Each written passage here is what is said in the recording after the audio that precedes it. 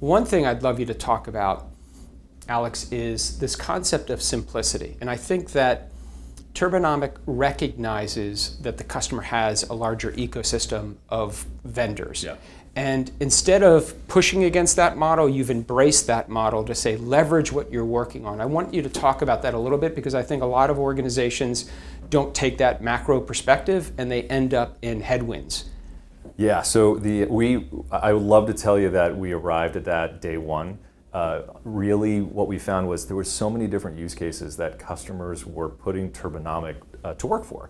And you'd have different customers consuming us in different ways. So for us, it really became important for us to document in detail, and I talk about it in the last video we made of chewing through the concrete of how are customers consuming us. Mm-hmm. And what we found was the lion's share of those use cases required integration or alignment or knowledge of the rest of the ecosystem, of their technology ecosystem.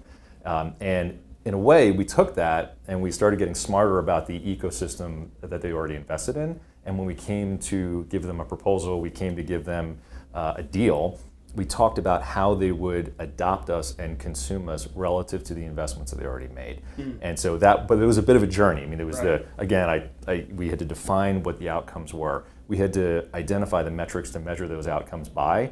And the final piece was, where do we fit and how would you adopt us within your day-to-day? And that's where becoming knowledgeable about the rest of their investments, the other technologies that are now our alliance partners, became valuable.